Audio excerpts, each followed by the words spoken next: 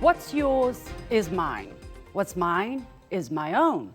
That seems to be the logic of U.S. negotiators when it comes to the chips versus rare earth discussion.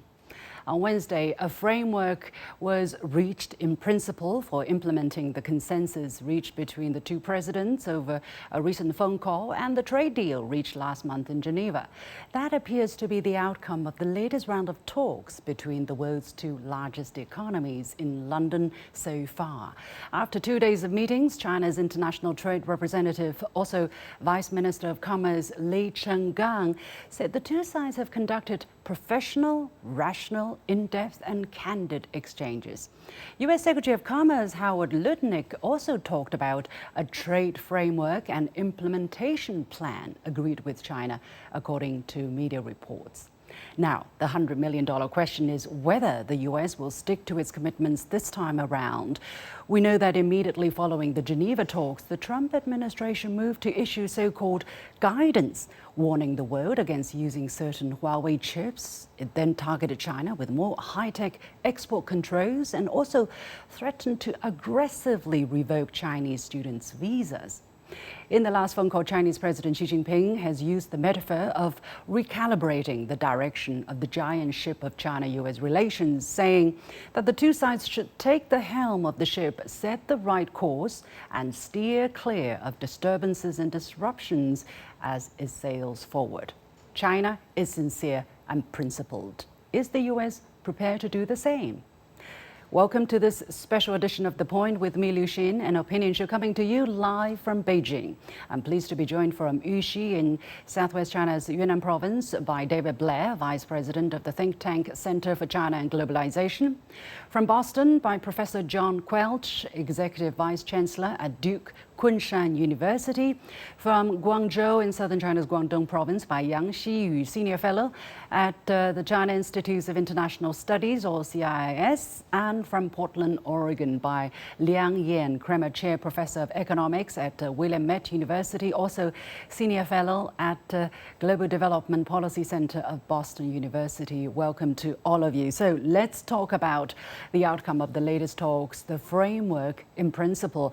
Now, China's Chief International Negotiator and also Vice Minister of Commerce Li Chenggang said the two sides have in principle reached a framework for implementing the consensus reached by the two heads of state during the phone call on June the 5th and the consensus reached at the Geneva meeting. David, let me come to you. What could it mean by a framework in principle?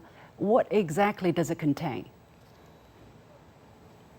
As I understand it, it means that the senior leaders of both governments, the presidents of both governments, have not yet agreed in totality to the agreement.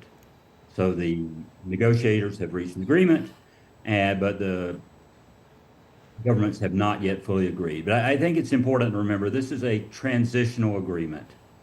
We're seeing it's on what's a relatively short-term and relatively minor part of the total agreement, the total difficulties that will be facing trade and economics in general over the next decade. So I think we're seeing a short-term agreement to reduce the pain on both sides. The United States will allow some chips to come into China, and China will allow some rare earths to leave China toward the United States. But in the long term, both countries will be trying to deal with that domestically. The U.S. and other places will be developing new rare earth mines. And China, most importantly, will be developing, I think, a full azimuth chip producing capability. And so essentially, we're seeing a spread of that. But this is a bigger issue. I think we're going to see fundamental changes in the financial system over the next decade. Because one, we're seeing the end of rules-based order. We're going to see more and more negotiations over issues like this. And I don't think we're going to see any move toward the more general rules-based order that we've lived with for the last 30 or 40 or 50 years. Let me go to let me go to just hold on a minute. Let me go to the Chinese guest Yang Xiyu, Mr. Yang Xiyu in Yunnan. How do you read the news? A framework in principle, or in the United States, a trade framework and implementation plan. What exactly is it about? I think this framework is a sort of foundation, a complex foundation. On one hand, the two sides solve the immediate, urgent issues. For China, some high-tech trade restrictions, and for U.S. maybe more urgent, rare earth supplies. But on the other hand, this framework lay a base for the further, more difficult, more tough negotiations or bargaining for more complex issues. So basically, this framework play either as a stabilizer for de-escalating further the tensions between the two, give more confidence to the market. But on that hand, make a very significant but a small step for reduction of distrust by rare earth, by a deal between rare earth, some high-tech restrictions. Professor Quelch, what is your take? The Chinese chief international trade representative talked about the talks being professional, rational, in-depth, and candid. What is your take of what they agreed upon in principle, and what are they going to do next? Are they going to continue talking? Are they going to, part their separate ways? It's good news, and I hope they continue talking, and I'm glad that the discussions were as orderly as you have just described. One of the most important elements here is the presence of the Commerce Secretary in these negotiations. The Commerce Secretary was not present in Geneva. Export controls in the United States are under the jurisdiction of the Secretary of Commerce. Tariffs are under the jurisdiction of the U.S. Trade Representative. So what happened, I think, here was that in Geneva, there was a lot of talk about tariffs and some talk about rare earths and chips, but those export control issues were being discussed by the people who were not necessarily in charge of those issues. Now we have the Commerce Secretary coming out of the meeting, making the statement on behalf of the U.S. delegation, not the Treasury Secretary and not the U.S. Trade Representative. The Commerce Secretary, Howard Lutnick, is a very good friend of the president for many, many decades. And when he says that there is an agreement in principle that he is going to be able to put before President Trump, I believe that that is significant. Professor Liang Yan, what is your take? I mean, U.S. Trade Representative Besson told reporters in London that they had with the Chinese a good meeting, and Commerce Secretary Lutnick called the discussion fruitful. So is it like the other guests described, that China and the United States have come to some kind of arrangement as to how the United States will refrain or will step back from some of the export controls, especially concerning chips, while China will speed up its approval of rare earth export compliance licenses? Professor Liang Yan, we're not hearing you. Okay, let me give this question to David Blair. David, if you heard my question, you want to share with your comments? Well, I think that we're moving toward a world where we need more and more and more negotiations. So I'm very happy to see that we've had senior people reach an agreement in principle. But this is the first of 10 years or 20 years of negotiations as we work out a new world trading order, which will largely be between the big three powers, between U.S., China, and the European Union. So I think there are difficult negotiations ahead. Okay. Well, China's international trade representative, Mr. Li Chenggang, talked about the potential impact on the world. Let's listen to what he said coming out of the 2 days of talks in London. It is hoped that progress made at the London meeting will be conducive to strengthening trust between China and the United States, to further promoting the steady and healthy development of economic and trade ties between the two countries, and to injecting positive energy to the development of the global economy. David, we haven't heard the United States talking about, injecting positive or giving certainty to the world, but rather that their domestic concern about rare earth supplies from China may be resolved. How do you look at the contrast between what ostensibly is on the mind and lips of Chinese representative and what's on that of the United States? Well, I think that's right. The U.S. sees this as a short-term negotiation dealing with rare earths and chips in particular, and it sees it as a step toward longer-term negotiations. But I think it's key to understand that the old trading system is pretty much done, partly because the U.S. has been running very huge trade deficits for decades. And that means the U.S. has been borrowing trillions of dollars over the decades. Nobody's going to keep lending trillions of dollars to the U.S. government over the next decades. So that's really over. So essentially, we have to move to a world where I think we're going to see more autarky over time as the U.S. and China and the EU develop relatively separate systems, less dependent on each other. I don't think that's necessarily a bad thing. For instance, in chips, I think China developing an all-azimuth chip system will be great. It brings more competition to the world. But really is it realistic? I mean, in terms of high-tech products, okay, sorry for interrupting, probably they're going to be more homegrown technology here in China, as the United States doesn't want China to have access to its high-end product. But in terms of, day-to-day commodities, the all kinds of raw materials for manufacturing, are we going to see two systems as well? Or it's pretty much a reality of the day that the two countries will continue to trade extensively and intensively? I hope the two countries will continue to trade. Not only the two countries, but the whole world will continue to trade. There are a lot of benefits to trade. But the big problem is the financial system. The US dollar's role as the world currency is basically driven up the dollar, so it's not based on trade, it's based on financial flows.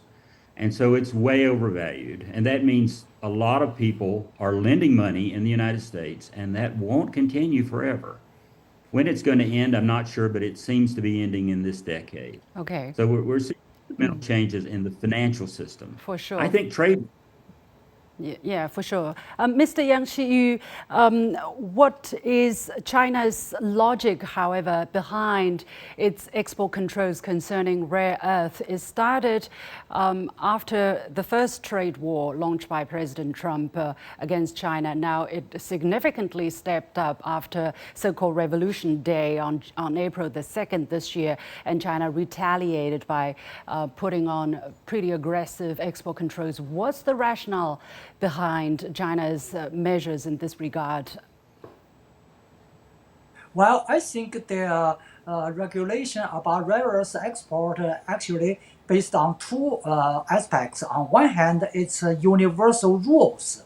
Almost every country has export regulation systems, especially on the goods about the so-called dual-use goods. So that is one reason. Rare earths, most of the metal from the rare earths are dual-use goods. So we need to set up a regulation system. And on the other hand, with more and more exports about these products, we really need to increase the controls and the management for the order of the market, both for our domestic market and for the international market.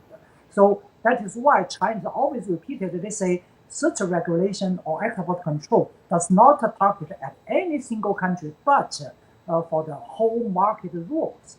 So I think it's a sort of a rules-based order.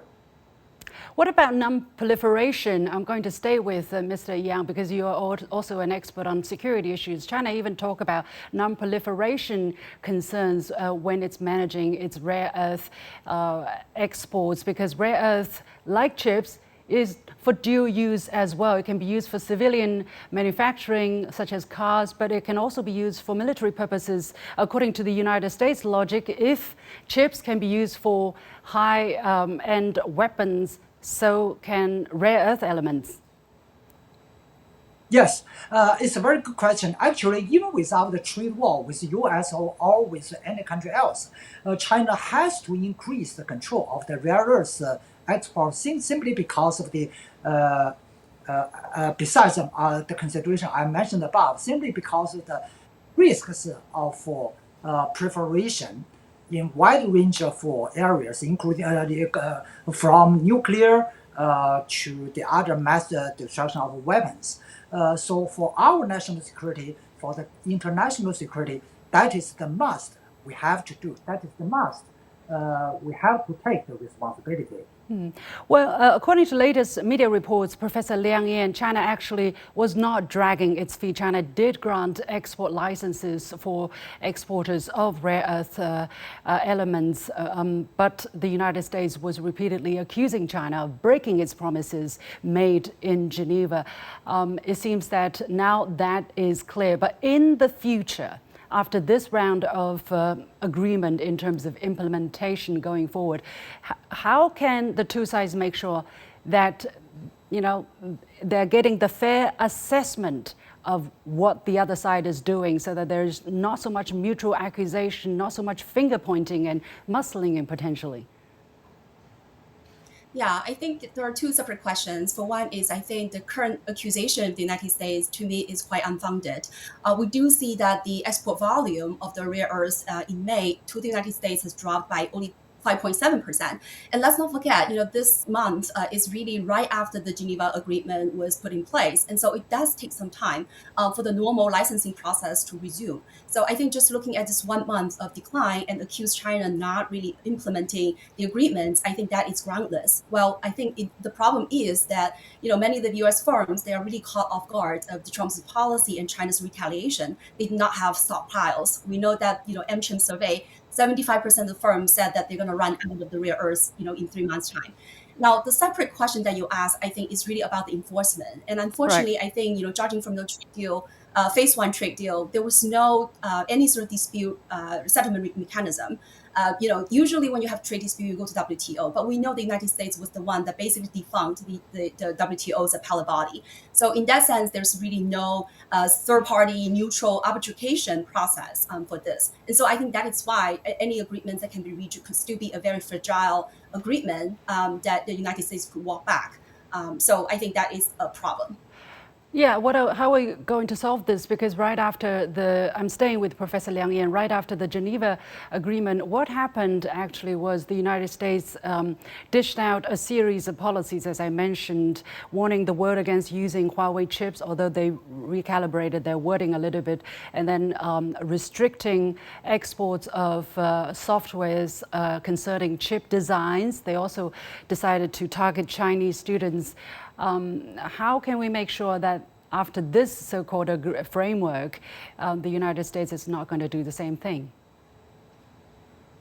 Well, unfortunately, I think the U.S. credibility at this point is very low. And I think, if you look at the longer trend, China does control about 90% of the processing of of rare earths, but it never really kind of weaponized or abused it. The last time they used it is 7 weeks ban or restrictions towards Japan back in 2010. And the global trading system of the rare earths have been really normalized. But this time around, I think, it's inevitable that as long as Trump is in office, I think there's still possibility that somehow these trade agreements will not be respected. I mean, he was the one who penciled in the USMCA back in his first term, and 4 years later, he basically reneged on it. So I think the track record of Trump administration, unfortunately, was not glowing. And so you're right. I think there's a lot of, I think still concerns about how well these trade agreements may be enforced. And let's not forget, this is really a trade framework. There's no dispute settlement mechanisms. There's no enforcement mechanisms. And so, yes, everything is still kind of up in the air and it's open-ended. What I don't understand, what really makes me very curious, is that the United States sees China wielding this rare earth card, right? Whether or not China is doing it is one thing, but the United States definitely sees China using this rare earth card. But it's the United States that kind of cornered China into going to extreme measures by launching these tariff war, by launching the second round of trade war. Did the U.S., David, did the U.S. think it can restrict China's access to chips but continue to have access to China's rare earth? I think this is part of a general trend. The U.S. has overplayed its hand in a lot of cases. For instance, use of the dollar as a weapon, that's very much overplaying its hand. I think it's also overplaying its hand in this case. So I don't think there's anything unusual going on here. It seems like part of a trend. I also think there's not a lot of constituency in the United States for changing this. You see a lot of anti-Chinese propaganda. I think, let me say, I think the U.S. economy has a lot of problems. Working class Americans have really suffered over the last 40 years. But I think that has nothing to do with China, almost nothing to do with China. It's because of big changes in the financial system. It's our inability to enforce antitrust law, but it's easier to blame it on foreigners than it is to blame it on domestic policies. So I'm hoping it changes in the domestic policies, but I'm not so optimistic about that. Professor Quelch, what is your take? You have been listening to the other guests, especially going forward, because U.S. Commerce Secretary Mr. Lutnick said when China approves the licenses, meaning licenses of exporting rare earth, then you should expect that the U.S. export implementation will come down as well, meaning the various additional restrictions they put on China. It seems that the U.S. maintains that it's the victim and China should take the first step. Are we going to see more mutual accusation, more finger pointing in the immediate future? Well, I hope not, because it's not productive, and it's not sensible to say you have to go first and then I decide whether or not I'm going to uphold my part of the bargain. Both parts of any transaction, any deal, have to be implemented simultaneously for a fair and trust-building exchange to occur. I do think that dependency in general, as has been indicated previously, dependency in general is a risk for any company or any country in this kind of situation. And so reduction in dependency is one way of reducing the prospects for there to be confrontation. And so the U.S. will no doubt be investing in developing its own rare earth processing capacity. Obviously, China controls 80% of refining capacity in rare earths at the moment, but there's a tremendous amount of rare earth capacity under the ground in Alaska and so forth.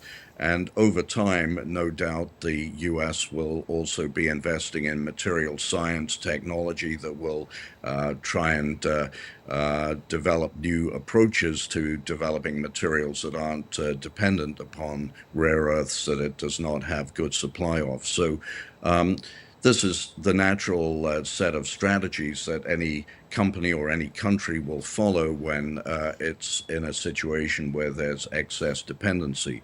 But in the short term, I think that we are seeing, if Mr. Lutnick is to be believed, we are seeing progress. And I'm pretty confident that, as I said earlier, that if he has given a little bit of a boost to this deal coming out of the meeting, that he's going to have the ear of the president, and hopefully there will be an agreement on both sides that will be implemented simultaneously rather than someone attempting to do it sequentially.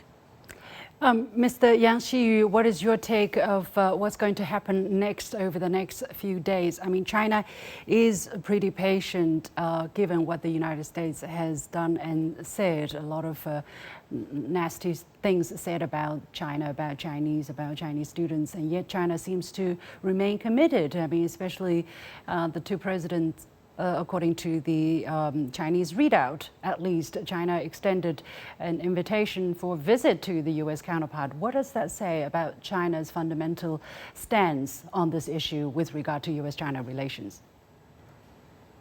Well, I think let me put it this way. I have been surprised by the second time. First time is the Geneva talks, and secondly for the London talk.